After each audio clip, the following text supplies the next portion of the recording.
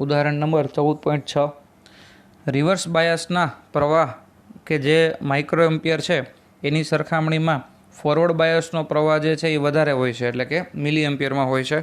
आवुं आपणे थियरीमां जोई लीधुं। तो पछी शा माटे फोटोडायोडनो उपयोग रिवर्स बायस में करवामां आवे छे, बराबर।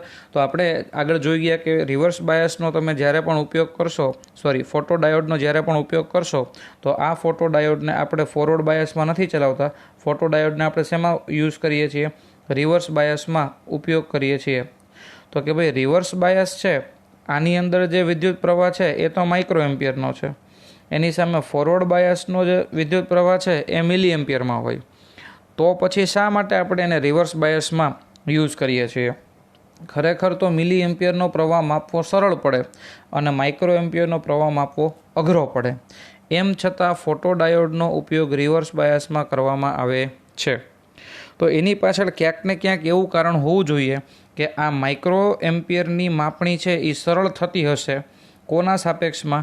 मिली एम्पियरना सापेक्षमां। तो ज तमे एने रिवर्स बायसमां वापरता हशो, बराबर। जवाबनुं हजी मैं डिस्कशन करेलुं नथी, पण कहेवानो मतलब ई छे कि रिवर्स बायसमां वापरीए छीए ए वस्तु फाइनल।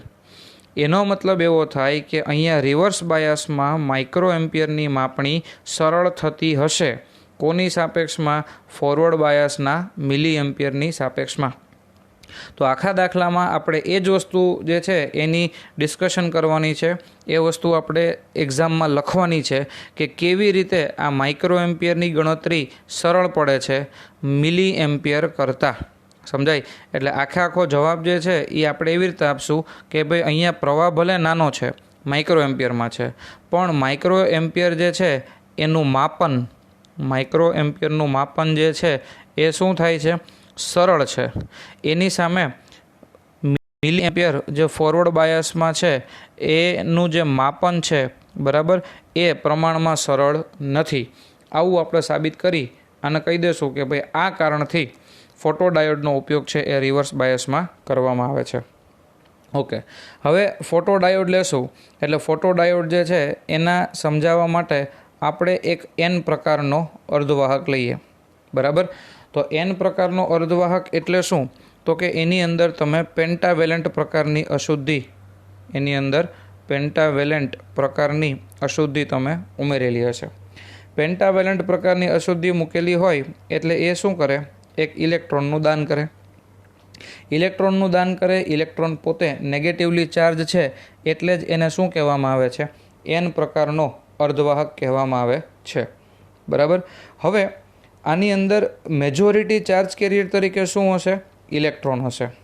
तो आपणे धारी लईए कि तमारी पासे जे एन टाइप छे ने एनी अंदर 1000 जेटला इलेक्ट्रॉन छे, बराबर। आ किस्सो जे छे खास याद राखजो, कारण के आपणे एक्जाममां लखवानुं छे आवी रीते कि मानी ल्यो कि घनता जे छे एन जेटली छे। तो अत्यारे तमने समजवा माटे हूँ किंमत बोलतो जाऊँ छुं।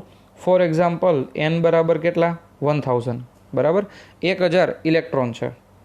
हवे माइनोरिटी चार्ज केरियर जे छे पी एना करता ए वधारे ज होय, एटले ऑब्वियसली तमने खबर छे कि भाई अहींया नंबर ऑफ इलेक्ट्रॉन एन एना बराबर 1000 होय तो सामे थोड़ा एवा प्रमाणमां, बराबर, थोड़ा प्रमाणमां एटले केटला? तो दाखला तरीके नंबर ऑफ होल छे एच एना बराबर आपणे धारी लईए कि 10। माइनोरिटी चार्ज केरियर तरीके तमारी पासे होल पण हशे, एटले अहींया तमे जोई शको छो कि N is very much greater than P. तो अहींया मानी लीए कि होल ने आपणे पॉजिटिवली कीधुं छे एटले पी।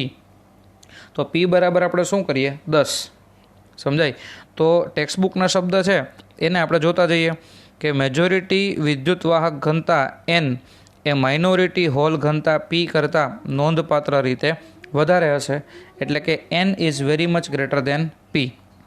तो अत्यारे एन टाइपनुं मटीरियल छे एटले मैं समजवा माटे तमने कीधुं छे कि नंबर ऑफ इलेक्ट्रॉन केटला छे? 1000 અને નંબર ઓફ હોલ કેટલા છે? 10। આટલું ક્લિયર છે, બરાબર।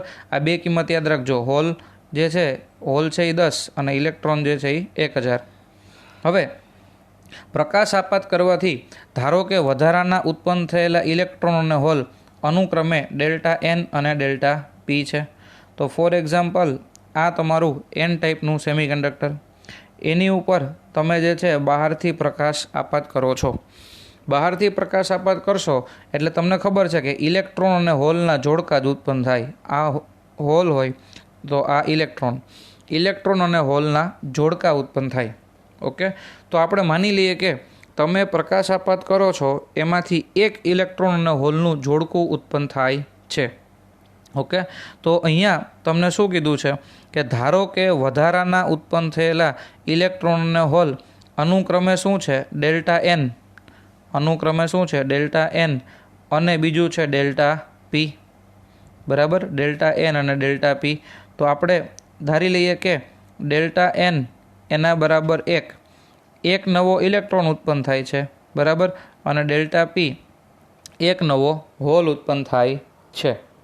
તો હવે જે છે એ નવી સંખ્યા શું થઈ જશે, તો કે જૂના એન બરાબર કેટલા હતા 1000 વત્તા ડેલ્ટા એન કેટલા આવ્યા 1, તો એન ડેશ એના બરાબર શું થઈ જાય 1000 વત્તા 1 એટલે 1001, અને પી ડેશ એના બરાબર જૂના પી કેટલા હતા 10 અને એમાં 1 વધી જાય એટલે કેટલા થઈ જાય 11. સમજાય છે?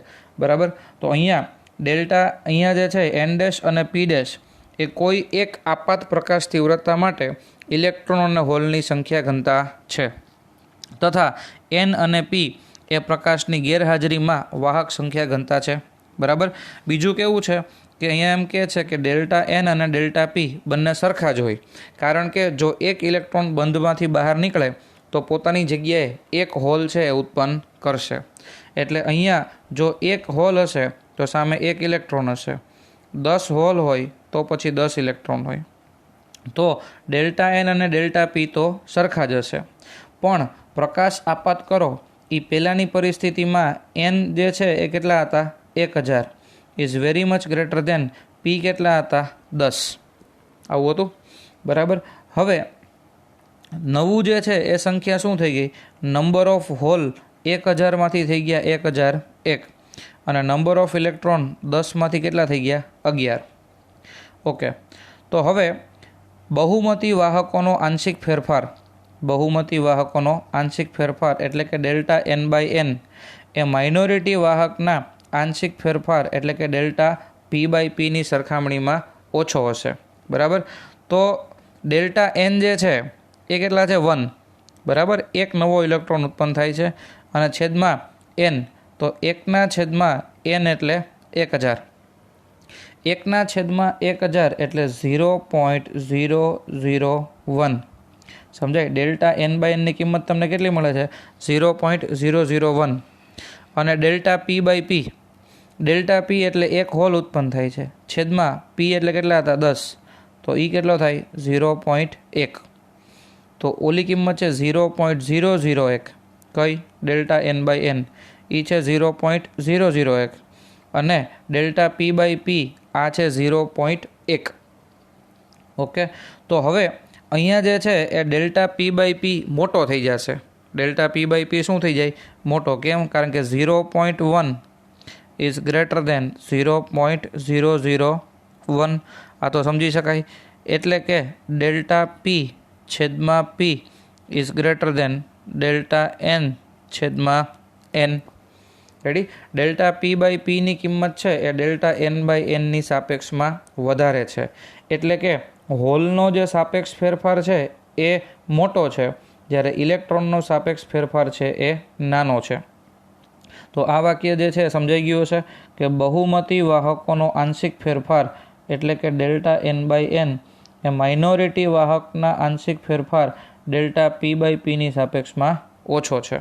બરાબર, તો હવે તમે વિચારો તો કે માપણી કરવી જે છે એ કઈ સરળ પડે, ડેલ્ટા પી બાય પીની માપણી કરવી જે છે સરળ પડે, કારણ કે જેમાં ફેરફાર જે છે એ ઓછો વધારે થતો હોય તો એમાં ડેલ્ટા પી બાય પી જે છે એ કિંમત એવી છે કે એને તમે સારી રીતે સમજી શકો છો. તો નીચે એ બાબતનું સ્ટેટમેન્ટ તમને આપેલું જ છે. તો નીચેનું સ્ટેટમેન્ટ જે છે એ આપણે રીડ કરીએ કે સામાન્ય રીતે આપણે એમ કહી શકીએ કે ફોટો અસરના કારણે, ફોટો અસર એટલે કે ફોટો ઇલેક્ટ્રિક અસર, રિવર્સ બાયસ દરમિયાન માઇનોરિટી વાહકોનું પ્રભુત્વ ધરાવતો રિવર્સ બાયસ પ્રવાહમાંનો આંશિક ફેરફાર ફોરવર્ડ બાયસમાંના આંશિક ફેરફારની સરખામણીમાં સરળતાથી માપી શકાય છે, બરાબર. એટલે જો તમે એને રિવર્સ બાયસમાં રાખશો તો પછી શું થશે કે માઇનોરિટી ચાર્જ કેરિયર તરીકે કોણ હશે? Delta P by P. તો ડેલ્ટા પી બાય પીનો જે ફેરફાર છે એને તમે સરળતાથી માપી શકો. કારણ કે હું એમ કહું કે તમે 0.1 બરાબર આવી એક વસ્તુ માપો અને 0.001 આવી એક વસ્તુ માપો તો ઓબ્વિયસલી કે જે કિંમત મોટી છે એ માપનમાં સરળ રહે. દાખલા તરીકે હું તમને એમ કહું કે ભાઈ તમારી સામે જે બુક પડેલી છે એ બુકની જે લંબાઈ કેટલા સેન્ટીમીટર છે એ માપો. અને બીજું હું તમને એમ કહું કે બુકની લંબાઈની બદલે દાખલા તરીકે તમે જે પેન યુઝ કરો છો એ પેનનું જે પોઈન્ટ છે એ પોઈન્ટની ત્રિજ્યા માપો. તો પેનના પોઈન્ટની ત્રિજ્યા માપવી જે છે એ અઘરી પડી જાય. કેમ? તો કે કિંમત કેવી છે? ખૂબ જ નાની છે. બુક જે છે બરાબર એ બુકની લંબાઈ માપવી સરળ પડે કારણ કે બુકની લંબાઈ જે છે એ મોટી છે.